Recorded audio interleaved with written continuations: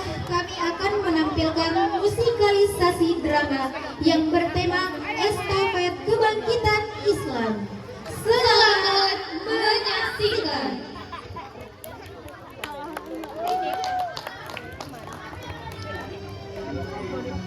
Sejarah bukanlah garis yang putus. Dari pena Imam Al-Ghazali lahirlah pedang Sultan Salahuddin Al-Ayyubi. Dari hikmah keduanya lahirlah pemikiran Profesor Syekh Muhammad Naqib Al-Atas. Cahaya kebenaran akan selalu menemukan jalannya, melintasi zaman dan juga melintasi raga. Dunia tidak pernah benar-benar gelap karena ketiadaan matahari. Karena kegelapan yang paling pekat justru hadir saat manusia kehilangan makna. Saat kata-kata kehilangan ruhnya dan kebenaran dianggap sebagai hiasan belaka. Di tengah hiruk pikuk materi dan hilangnya arah kompas batin, kita dipanggil untuk menoleh ke belakang pada jejak-jejak cahaya, yaitu para penjaga wahyu. Di mana kita berdiri saat fajar seolah enggan menyapa. Kita terpenjara dalam riuh yang hampa di sebuah dunia yang kehilangan hulu dan muara. Kebenaran dipenggal atas nama angka, keindahan diganti dengan timbunan harta. Inilah kegelapan yang sesungguhnya, bukan pekatnya malam, melainkan butanya mata batin di tengah gemerlapnya dunia yang kelam. Lalu dari padang pasir sejarah yang luas muncullah ia sang Hujjatul Islam, sang pembedah kekasih, sang pembedah jiwa yang tangkas. Ialah Imam Abu Hamid Al-Ghazali, pengembara pencari sang kekasih, menyeka debu di cermin hati yang letih. Pada masa Imam Al-Ghazali, keadaan umat Islam sedang tidak baik-baik saja. Banyak terjadi perpecahan politik.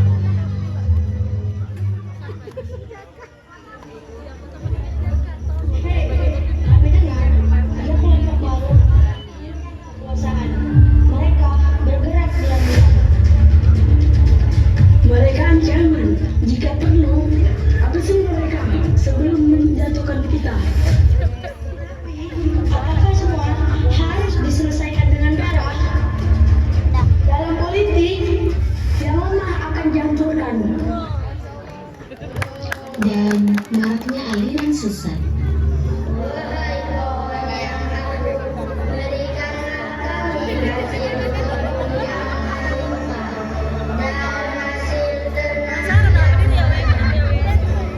Dan juga rusaknya integritas ulama. Bagaimana baca? Pengbandir. Apakah Raja setuju dengan yang saya usulkan tadi? Kalau memang orang yang sangat pandai, nanti akan saya pertimbangkan. Seperti itulah keadaan umat saat itu yang menjadi kegelisahan bagi Imam Al-Ghazali. Imam Al-Ghazali yang dulunya hidup dalam kemegahan, memegang jabatan rektor dan penghormatan sultan, kini ia tinggalkan karena merasa ilmu yang ia miliki tidaklah memiliki makna, dan mulai mencari makna yang sesungguhnya. Ia pun berkelana hingga tibalah Imam Al-Ghazali di Masjid Agung Umayyah, Damaskus.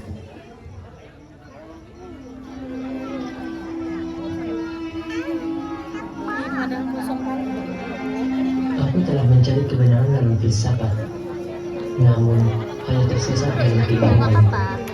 Aku mencarinya dalam kalam, namun hanya menemukan retorika.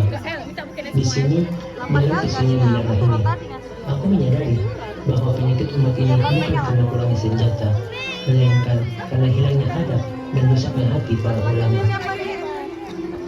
Lalu seorang murid mendekat dengan aku. Wahai guru, meninggalkan kemewahan Madrasah Nizamiyah di Baghdad hanya untuk penyapulan masjid ini. Aku sedang membedah diriku sendiri sebelum membedah dunia. Nak, ketahuilah, Islam tidak akan bangkit dari pedang yang dipegang oleh tangan yang kotor. Kita harus memperbaiki jiwa melalui ihya ulumuddin. Jika ini sudah dihidupkan kembali, maka kemenangan akan datang dengan sendirinya. Wahai guru, apakah menyucikan hati lebih utama daripada mencari ilmu yang luas?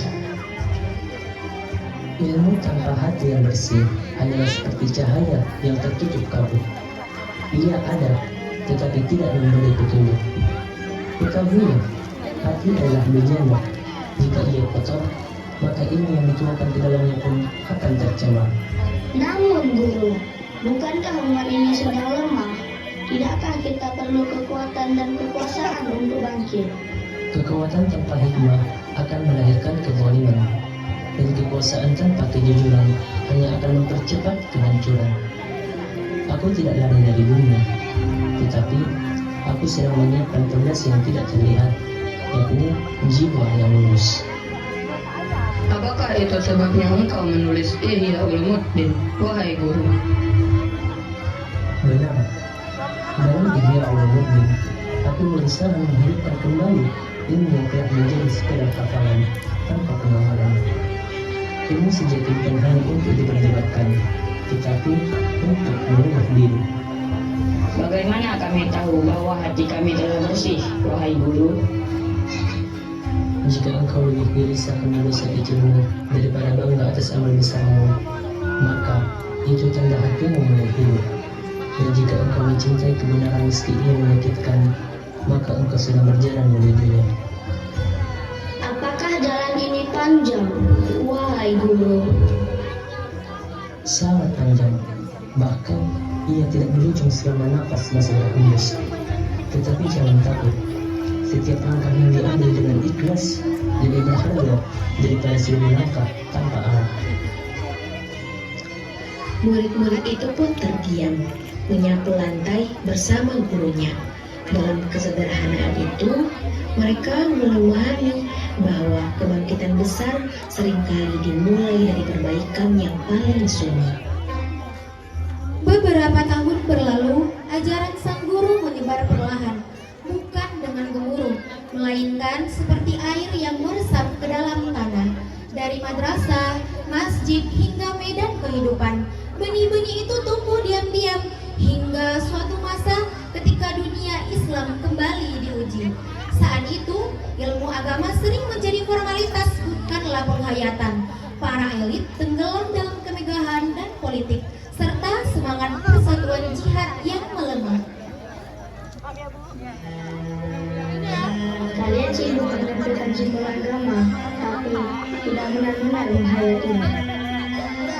Tenang, Syekh. Rakyat hanya butuh acara besar supaya percaya.